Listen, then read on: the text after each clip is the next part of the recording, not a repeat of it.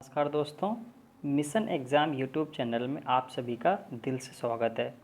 दोस्तों, ये वीडियो आपका जनरल नॉलेज के प्रश्नों पर आधारित है जो आपके एग्ज़ाम के लिए काफ़ी इम्पोर्टेंट हैं। प्रश्नों का लेवल काफ़ी अच्छा है, तो आपसे रिक्वेस्ट है वीडियो पूरा लास्ट तक ज़रूर देखिएगा। अगर वीडियो आपको पसंद आता है तो वीडियो को लाइक करने के साथ साथ में चैनल को सब्सक्राइब ज़रूर कर लेना। तो चलिए वीडियो में हम आगे बढ़ते हैं और इस वीडियो का जो पहला प्रश्न है, हड़प्पन संस्कृति के संदर्भ में शैलकृत स्थापत्य के प्रमाण कहाँ से मिले हैं? आपके सामने चार ऑप्शन है: कालीबंगा, धोलावीरा, कोटदीजी, आमरी। प्रश्न फिर से देख लीजिए। हड़प्पन संस्कृति के संदर्भ में शैलकृत स्थापत्य के प्रमाण कहाँ से मिले हैं? तो यहाँ पे ऑप्शन नंबर आपका बी सही हो जाएगा, धौलावीरा। हड़प्पा सभ्यता के धौलावीरा में जो गुजरात के कच्छ के रण में अवस्थित है, शैलकृत स्थापत्य के प्रमाण मिले हैं। और जो धौलावीरा है ये गुजरात के कच्छ के रण में अवस्थित है, ये भी आपको याद रखना है। नेक्स्ट प्रश्न है प्रश्न संख्या 2, आदि शंकराचार्य द्वारा स्थापित 4 मठ कहाँ स्थित हैं? मोस्ट इंपॉर्टेंट क्वेश्चन है, तो आप देख भी लीजिए, कुछ गेस भी कर सकते हैं। तो यहाँ पे ऑप्शन नंबर सी सही हो जाएगा। आदि शंकराचार्य द्वारा 4 मठ स्थापित किए गए थे, वो जो कि जोशीमठ, द्वारकापुरी और संगरी में स्थित हैं। ठीक है।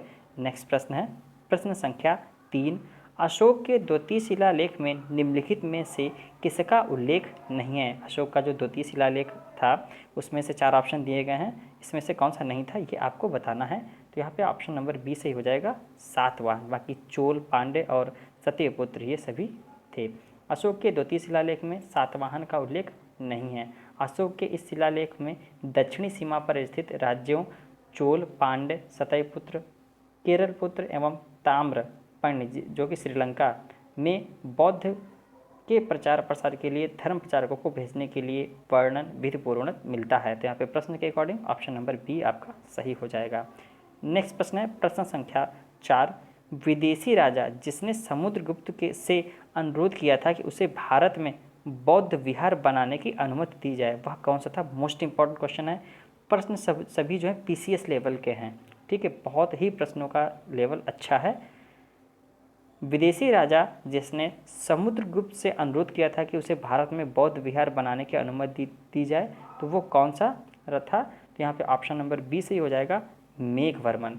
समुद्रगुप्त का समकालीन लंका नरेश मेघवर्मन था। चीनी स्रोतों से पता चलता है कि उसने समुद्रगुप्त के पास उपहारों सहित एक दूत मंडल भेजा था। गुप्त नरेश की आज्ञा से उसने बोधि वृक्ष के उत्तर में लंका के बौद्ध भिक्षुओं के लिए एक भव्य विहार बनवाया था। नेक्स्ट प्रश्न है प्रश्न संख्या 5, दिल्ली का वह प्रथम शासक कौन था जिसने दरबार में गैर इस्लामी प्रथाओं का प्रचलन प्रारंभ किया? मोस्ट इंपॉर्टेंट क्वेश्चन है। दिल्ली का वह प्रथम शासक कौन था जिसने दरबार में गैर इस्लामी प्रथाओं का प्रचलन प्रारंभ किया? तो ऑप्शन नंबर ए सही हो जाएगा, बलबन। बलबन पहला सुल्तान था जिसने दिल्ली सल्तनत काल में गैर इस्लामी प्रथाओं का प्रचलन प्रारंभ किया था। इसने सिजदा एवं पैबोस की शुरुआत भी की थी तथा नौरोज़ त्यौहार का प्रारंभ भी किया था। ये भी आप याद रखिए, सिजदा और पैबोस इसकी शुरुआत किसने की थी? ये बलबन ने की थी और ये ईरानी परंपरा है। और नौरोज़ त्यौहार भी बलबन ने ही शुरू किया था। नेक्स्ट प्रश्न है प्रश्न संख्या 6, मुगलों एवं मेवाड़ के राणा के मध्य चित्तौड़ की संधि किस शासक के शासनकाल में हस्ताक्षरित हुई थी? तो यहाँ पे 6 के लिए ऑप्शन बी सही हो जाएगा, जहांगीर। मुगलों एवं मेवाड़ के राजा के मध्य चित्तौड़ की संधि किस शासक के शासनकाल में हस्तांतरित हुई थी? तो यहाँ पे ऑप्शन नंबर बी से हो जाएगा, जहांगीर। प्रश्न संख्या 7, भारत में अंग्रेजों ने प्रथम मदरसा कहाँ स्थापित किया? मोस्ट इंपॉर्टेंट क्वेश्चन है और इस क्वेश्चन का जो है आंसर मैं आपके लिए छोड़ता हूँ। इस क्वेश्चन का आप जवाब अब हैं कमेंट बॉक्स में जरूर दीजिएगा। चलिए प्रश्न संख्या 8 देखते हैं। निम्नलिखित में से किसके पक्षधर नेहरू थे किंतु गांधीवाद नहीं थे? निम्नलिखित में से किसके पक्षधर नेहरू थे किंतु गांधी नहीं थे? तो यहाँ पे ऑप्शन नंबर डी सही हो जाएगा, भारी औद्योगिक। सत्य, अहिंसा एवं अस्पृश्यता जैसे गांधी जी के सिद्धांतों के पक्षधर जवाहरलाल नेहरू थे, लेकिन भारी औद्योगिकरण के पक्षधर गांधी जी नहीं थे। आर्थिक सिद्धांतों में दोनों में गहरे मतभेद थे। नेक्स्ट प्रश्न है प्रश्न संख्या 9, निम्नलिखित में से किस क्रांतिकारी को गोरखपुर की जेल में फांसी दी गई थी? तो यहाँ पे ऑप्शन नंबर डी से ही हो जाएगा, राम प्रसाद बिस्मिल जी को जो है ये गोरखपुर जेल में फांसी हुई थी। नेक्स्ट प्रश्न है प्रश्न संख्या 10, निम्नलिखित में से कौन सा कथन रंपा विद्रोह के विषय में असत्य है? मतलब 4 ऑप्शन दिए गए हैं और रंपा विद्रोह के बारे में असत्य आपको बताना है। तो देख लेते हैं। ब्रिटिश जंगल नीति के विरुद्ध यह गरीब जनजातियों का आंदोलन था, बिल्कुल सही है। रामा राजू इसका नेता था, ये भी बिल्कुल सही है। इसको दबाने में अंग्रेज़ों को सेना का सहारा नहीं लेना पड़ा, ये आपका यहाँ पे गलत हो जाएगा। और ऑप्शन डी देख लेते हैं, अंग्रेज़ों द्वारा रामा राजू इस विद्रोह में मारा गया। तो यहाँ पे अगर रंपा विद्रोह के बारे में अगर असत्य की बात करें तो यहाँ पे ऑप्शन नंबर सी आपका सही हो जाएगा। नेक्स्ट प्रश्न है प्रश्न संख्या 11, होम रूल आंदोलन का मुख्य उद्देश्य या ध्येय क्या था? तो यहाँ पे ऑप्शन नंबर डी से ही हो जाएगा, भारत में ब्रिटिश साम्राज्य के अंदर स्वशासन प्राप्त करना। ये होम रूल लीग का जो है एक ध्येय था। प्रश्न संख्या 12 देखते हैं, किस कालानुक्रम निम्नलिखित घटनाएं घटित हुई? मतलब आपको ये बताना है कौन कौन सी घटनाएं किस क्रम में हुई हैं, तो ये आपको बताना है। तो यहाँ पे ऑप्शन नंबर आपका सी से हो जाएगा। पहले जो ये चंपारण, उसके बाद में रॉलेट एक्ट, उसके बाद में जलियांवाला बाग हत्याकांड और उसके बाद में लास्ट में आपका हो जाएगा चौरी चौरा घटना। ठीक है, तो यहाँ पे 12 के लिए ऑप्शन सी आपका सही हो जाएगा। प्रश्न संख्या 13 देखते हैं। यहाँ पे निम्नलिखित में से किस स्मारक में वह गुंबज है जो संसार के विशालतम गुंबजों में से एक है? तो 13 के लिए ऑप्शन डी सही हो जाएगा, गोल गुंबज जो कि बीजापुर में स्थित है। गोल गुंबज बीजापुर के सुल्तान आदिल शाह का मकबरा है। यह गुंबज संसार का विशालतम गुंबजों में से एक है।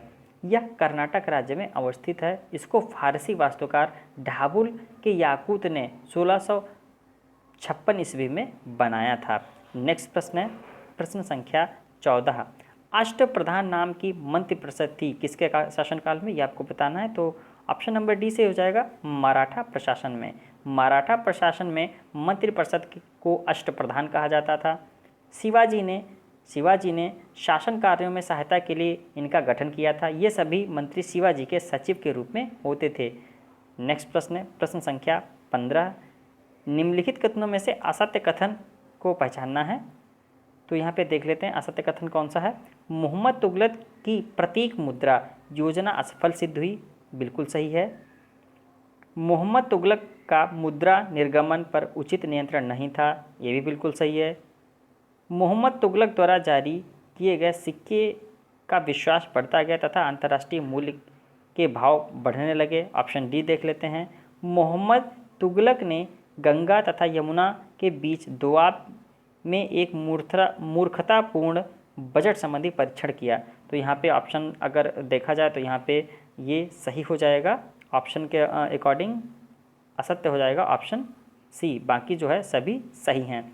नेक्स्ट प्रश्न है प्रश्न संख्या 16, मोस्ट इंपॉर्टेंट क्वेश्चन है, निम्नलिखित में से भारतीय नदियों में से कौन एस्चुअरी बनाती है? तो यहाँ पे 16 के लिए ऑप्शन सी से हो जाएगा, ताप्ती नदी जो है ये एस्चुअरी बनाती है। नेक्स्ट प्रश्न है, इसमें आपको सुमेलित करना है, बहुत अच्छा प्रश्न है और पीसीएस में सेम ऐसे ही प्रश्न आपके पूछे जाते हैं। तो देख लीजिए यहाँ पे मेट्टूर बांध, तो यहाँ पे देख लीजिए मेट्टूर बांध कहाँ पे हो जाएगा आपका?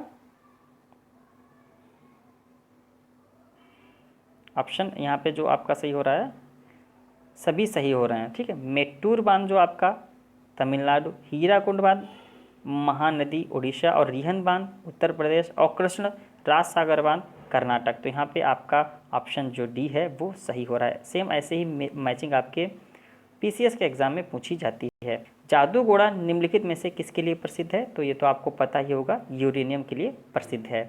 नेक्स्ट प्रश्न है अगली मैचिंग प्रश्न संख्या 19। तो यहाँ पे ऑप्शन आपका 19 के लिए ऑप्शन डी सही हो जाएगा। चलिए देख लेते हैं।